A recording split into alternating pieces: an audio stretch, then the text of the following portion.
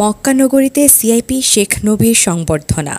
পবিত্র মক্কা নগরীতে বাংলাদেশের বিশিষ্ট ব্যক্তিত্ব ও সমাজসেবক সিআইপি শেখ নবী ফুলেল শুভেচ্ছা জানানো হয়েছে।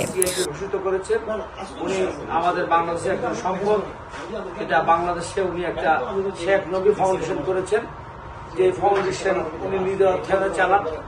আমরা আজকে ওনাকে মক্কায় পেয়ে আমরা খুবই আনন্দিত এবং গর্বিত।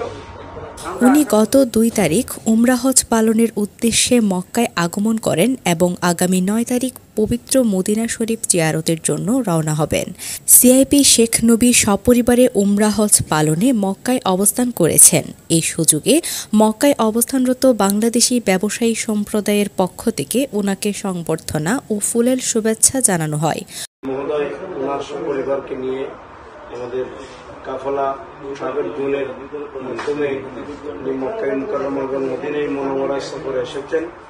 আমরা দেশের গর্বিত সন্তান হিসেবে সম্ভ্রান্ত পরিবারের উনি ব্যক্তিত্ববান ব্যক্তি হিসেবে ওনার সেবা, ওনার পিছনে আমরা যতটুকু সম্ভব আমরা সেবা করে যাচ্ছি। তো আপনারা যারা প্রবাসী ভাইয়েরা আসছেন, আজকে একজন আল্লাহর মেহমান হিসেবে উনি আগামী 9 তারিখ পবিত্র মদিনা শরীফে জিয়ারতের উদ্দেশ্যে রওনা হবেন এবং সেখান থেকে দেশ ও জাতির জন্য দোয়া কামনা করেছেন।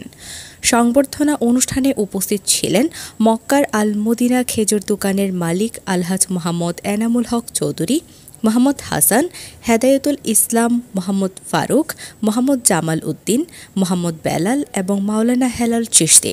তারা সকলেই সিআইপি শেখ নবী ও তার পরিবারকে ফুলেল শুভেচ্ছা জানান এবং তাদের সফল উমরা হজ ও মদিনা জিয়ারত কামনা করেন। সিআইপি শেখ নবী তার এই পবিত্র সফরে দেশ ও জাতির কল্যাণে দোয়া চেয়েছেন এবং সকলের সুস্থতা ও শান্তি কামনা করেছেন। ওবায়দা খান সামিয়া, এই ছিল মক্কা নগরী থেকে আমাদের বিশেষ প্রতিবেদন। কর্ণফুলী টিভির সাথে থাকার জন্য সবাইকে ধন্যবাদ।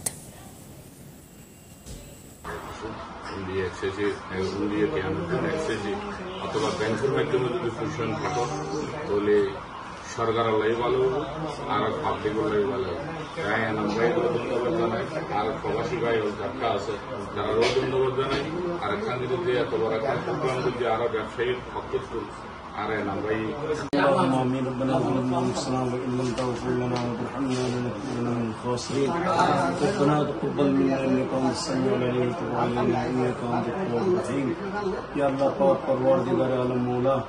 আমরা তোমার খানে কাবার এই হুজুর সাহেবের সপরিবারকে নিয়ে উমরা করার জন্য এসেছেন। এই